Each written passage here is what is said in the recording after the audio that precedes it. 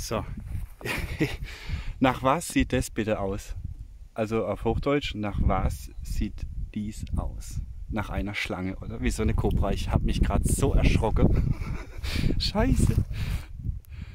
Ist Schnur von der Palme. Aber original.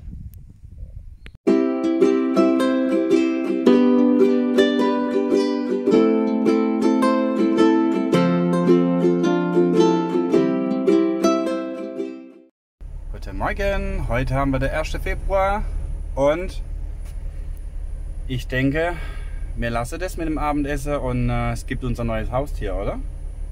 Mhm. Ja, was für ein schönes Tier. Mhm. Gut, heute gehen wir Baustelle, die sind nochmal richtig weit gekommen und wir machen gleich ein Video. Bis dann, ciao. Und nach 2 Monaten, oder? Wie lange war er weg? 2 Monate? Keine Ahnung. Da ist er, der Joachim.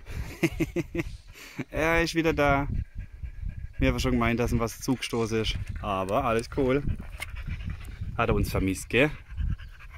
Und wir dich ja. Ja, gut. Jetzt gehen wir raus, gell? So, 1. Februar 2023. Es nimmt Formen an. Also gemauert fürs Mauerwerk habe ich es jetzt gebraucht, exakt 10 Tage. Und dann nochmal 7 Tage für Fundament und Bodenplatte. Und jetzt wird oben eingeschalt hier oben und wird dann nochmal so ein Kranz drauf betoniert. Dann wird weiter hochgemauert, seitlich, und dann kommt das Dach so runter.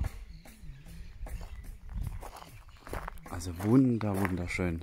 Also bin echt mega zufrieden mit denen.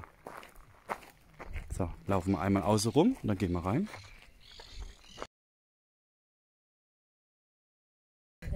Und da ist dann der Haupteingang. Beim Haupteingang wird das Dach jetzt weiter rausgezogen, ungefähr bis daher.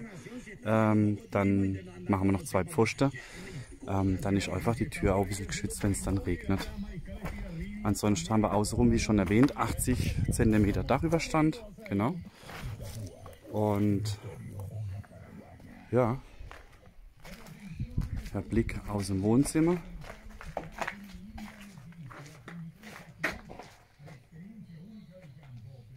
Da sieht man Posadas nicht von dieser Terrasse, aber wenn man dann in das Schlafzimmer geht von der Rita, aber das ist jetzt das Gästezimmer, und da halt der Blick, also da kommt das Bett hin, und wenn man dann morgens aufsteht,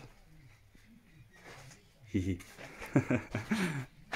ja, und da haben wir dann das Schlafzimmer von der Omi. Und dann sieht man natürlich halt auch Posadas, ne, von hier. Also wie gesagt, im Video kommt es leider nicht so rüber. Also von uns aus sieht es ja so ungefähr aus. Gut. Papagei wieder da. Da drüber sitzen schon unsere Steine. Wir wollen dann nächste Woche anfangen mit dem Fundament von unserem Haus. Und dann, ja, ich denke, Fundament und Bodenplatte, die machen wir jetzt fertig. Dann nächste Woche fangen wir an, ja. Und die anderen Jungs bauen hier dann weiter. Leerrohre schon eingezogen jetzt, weil die Pfosten jetzt weiter betoniert werden. Das zeige ich auch noch schnell. Die Sonne, jetzt sieht man es genau. Für die Elektrik dann. Gut. Dann machen wir so. Dann sehen wir uns am Freitag wieder. Bon dia. So, heute haben wir 4. Februar. Ich habe es leider... Entschuldigung, wir haben wieder weiter heute auf der Baustelle. Der hat ein Cerro-Trikot an, das ist eine Fußballmannschaft hier und wir sind alles Olympia-Fans. Und Cerro ist eigentlich der Rivale von Olympia. Die wechseln sich so meistens ab mit der Meisterschaft. Man kann so vergleichen. Olympia ist ja, der FC Bayern München hier in Paraguay und Cerro ist so Borussia Dortmund. Gut, aber nach wie vor bin ich trotzdem noch Köln-Fan und stolz drauf. Aber jetzt zur Baustelle. Und zwar, wir haben ja viel zu tun. Ich habe es leider nicht geschafft, am Freitag reinzukommen. Wir haben jetzt die Pfosten vorne von der Terrasse eingeschaltet und beziehungsweise sind ausgeschaltet war heute Morgen, immer betoniert. Und was wir hier ganz toll sehen, das sind so die Kleinigkeiten, ne? was ich auch in der Baustelle dann früher gesehen habe, wo ich dann besichtigt habe. Und zwar, hier guckt kein Eisen raus. Also das heißt, ich habe einige Baustellen gesehen gehabt, ja, wo dann der Pfosten eingeschaltet wurde mit der Armierung und dann hat man hier das Eisen gesehen, hier das Eisen gesehen gehabt. Und wenn dann halt hier Wasser und Luft dann zusammenkommen, dann oxidiert das Ganze und dann wird das Ganze instabil, das heißt, ist eigentlich Pfusch. Die habe hier 2 cm Luft, also das heißt Luftplatz bis zur Außenwand von dem Beton. Ja, gehen wir gerade mal rum. Und zwar, das sieht man jetzt auch schon das Dach, wie weit das Dach dann überragt. Das sind die 80 cm, also noch ein bisschen weiter rüber. Und dann gehen wir später her und machen dann 1 Meter an der Wand einen Weg. Hat den Vorteil, dass wenn es hier Steigregen gibt und der Regen auf die Erde prasselt, dass kein Spritzwasser an die Fassade kommt. Und dann wird gleich ein Rasen rumgelegt dann nochmal. Ja, hier sieht es hier aus. Das sieht man jetzt oben. Der Kranz ist fertig betoniert. Und Fenster sind drin, genau, stimmt. Die Fenster sind noch nicht drin, aber sind soweit fertig gemauert. So, gehen wir gerade mal rein. Da wird jetzt alles vorbereitet, auch mit der Armierung. Und ja, wie gesagt, ich denke, Ende dieser Woche wollte ich das Dach aufschlagen. Und was mir auch gefällt, aber ich glaube, das habe ich schon mal gezeigt, dass hier habe ich ja den Pfosten hier. Und habe dann, bevor sie es ausgegossen habe, die nochmal Leerrohre reingezogen. Das heißt, da brauche ich nicht dann wieder aufschlagen. Also es sieht wirklich sehr gut aus. Man sieht kein Eisen. Und ja, das sind so die Kleinigkeiten einfach, ne? Wo man einfach schauen muss, wird vernünftig oder gut gearbeitet oder nicht gut gearbeitet. So. Soweit für den heutigen Tag. Ja. Guten Morgen. Heute haben wir Dienstag und wir sind jetzt nochmal da, um unser Haus dann zu markieren. Es kommt doch nochmal, es wird nochmal versetzt. Ich weiß nicht, ob man es sieht, ne? Die Schnüre hier. Ja. Also es geht jetzt noch einen Meter Richtung, wir versetzen das Haus jetzt noch einen Meter Richtung Zaun. Und ja, die Steine sind schon geliefert worden. Und da fangen sie die Woche an schon mit dem Fundament. Ja, und da gibt dann die Garage vorne. Das Bad da unten. Ja, diese Fläche. Also sieht jetzt groß aus. Ich aber hauptsächlich auch viel mit überdachter Terrasse da vorne. Ja, jetzt gucken wir mal. Es ist schwierig, ne? Also wirklich schwierig, weil wenn es dann angefangen ist mit dem Fundament, dann wird da gebaut. Das heißt, dann können wir es nicht mehr bewegen. Deswegen müssen wir jetzt nochmal Gedanken machen, ob wir es jetzt wirklich so stehen lassen. Naja, das wird schon.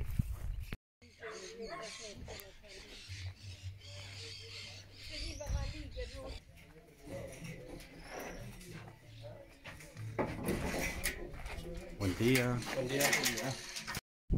Einen wunderschönen guten Morgen. Heute haben wir Donnerstag. Ja, und das Haus ist, wie im letzten Video versprochen, soweit fertig und zum Aufschlagen des Daches bereit. So, was man hier erkennen kann, also wir haben hier oben nochmal einen Kranz betoniert dann mit Armierung, also Eisenkörbe reingelegt, und hier haben wir jetzt nochmal hoch betoniert und da oben wird dann der Fürst installiert, also auf dieser Schraube. Viele Bauarten hier wird der Fürst eigentlich dann nur hier reingelegt und dann mit Zement ja, umfriedet, sage ich mal. So sind wir mehr auf der sicheren Seite. Vor allem auch, wenn sich das Dach bewegt oder das Holz bewegt und der Balken liegt dann auf dem Stein, dann bewegt sich der Stein, wird irgendwann lose und das ist dann halt instabil. Deswegen auch hier super Lösung. So, dann gehen wir gerade mal weiter. Hier stand die Terrasse. Kann ich rauszoomen? Jupp. Genau.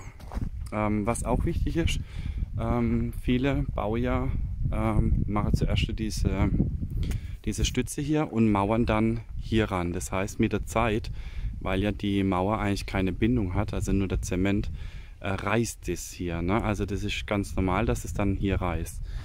Die Lösung sieht folgendermaßen aus, und zwar hier jetzt zum Beispiel bei der Rita ist dann eingeschaltet worden, es ist die Mauer gemacht worden und ist dann ausgegossen worden.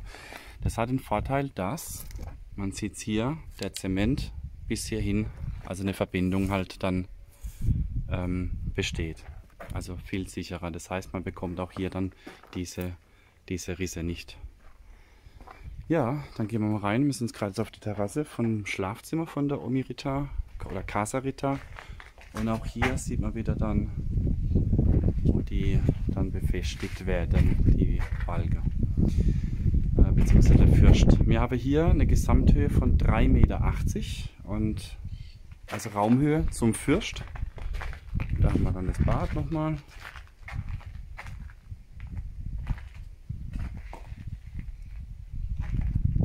Dann zum Gästezimmer. Und diese Höhe sind 2,85 Meter. Also optimale Raumhöhe, finde ich. Wird dann jetzt verkleidet dann oben mit das Dach. Gibt mit Holz Innenverkleidung. Das wird dann weiß gestrichen. Hier nochmal das Gästebad. Und die Balken werden am dunklen Braun gestrichen, sodass man ein bisschen Helligkeit dann noch reinkriegt in das Haus. Die Küche. Und das Wohnzimmer. Ja, dann kommt Isolierung also Folie, dann Isolierung. Und nach der Isolierung haben wir uns für ein Chabadach entschlossen, also ein Blechdach in Ziegeloptik.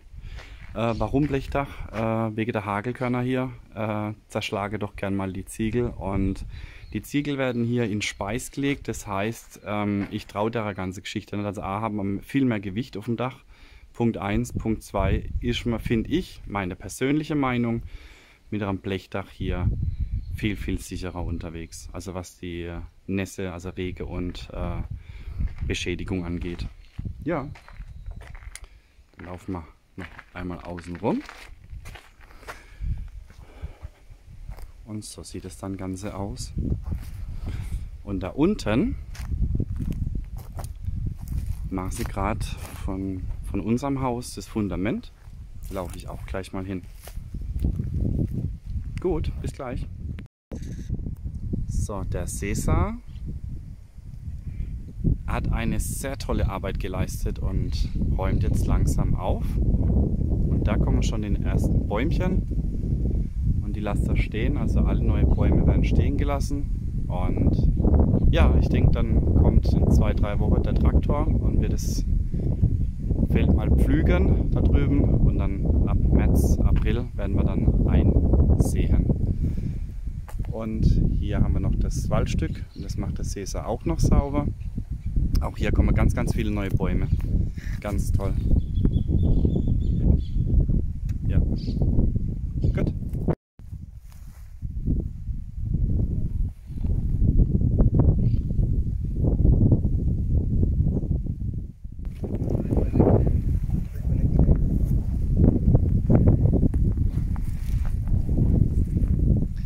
Sehr angenehmes Klima heute. Heute haben wir 28 Grad, aber es soll noch gegen Mittag richtig warm werden. Ein toller Wind geht. Und ja, gestern war ziemlich heiß, 38 Grad. Jetzt haben wir, glaube ich, die heißeste Woche im ganzen Jahr. Diese Woche, ja genau, mit 38 oder durchweg 38 Grad. Und man sieht hier schon vom, ja, ich nenne es mal Casa Familia,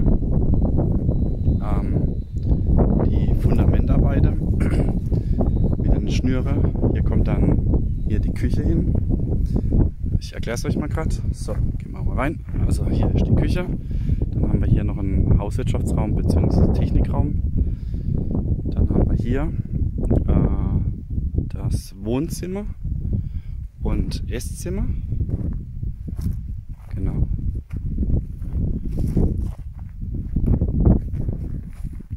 Dann von diesem Pfosten oder von diesem Loch bis zu diesem Loch ist dann unsere Terrasse überdacht. Die geht dann seitlich noch 1,50 Meter herum. Und jetzt muss ich überlegen, genau, das gehört auch noch zur Terrasse hier. Also da ist der Eingang hier vorne, da kommt man rein, da kann man direkt rausgehen auf die Terrasse dann. Ja, dann haben wir hier den Gang.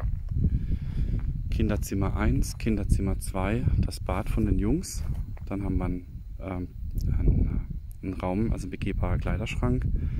Dann hier hinter haben wir das Bad, Banjo und hier unser Schlafzimmer und hier haben wir dann mein Büro. Genau, dann geht man so rein. Also man sieht es jetzt wahrscheinlich nicht so wirklich mit einer Schnüre. Man geht so rein und geht dann hier in den Bereich dann vom Schlafzimmer zum Bad. Ja, ein Gimmick haben wir, und zwar, wenn man in der Dusche steht, also wir sind mit Dusche mehr. So, das heißt, hier ist das Bad, hier kommt die Dusche hin, hier, und wir bauen dann ein Fenster ein und man kann dann während der Dusche dann auf Posadas Encarnación, die Insel, schauen. Ja, wie geht's weiter? Die Bodenplatte bzw. Fundament inklusive Bodenplatte benötigt jetzt ca. 3 Wochen. Wir warten jetzt auf das Holz von der Rita und ich denke, heute haben wir Donnerstag, dass wir am Freitag, dass wir nächste Woche dann mit dem Haus dann, also dass wir im Aufschlagen beginnen.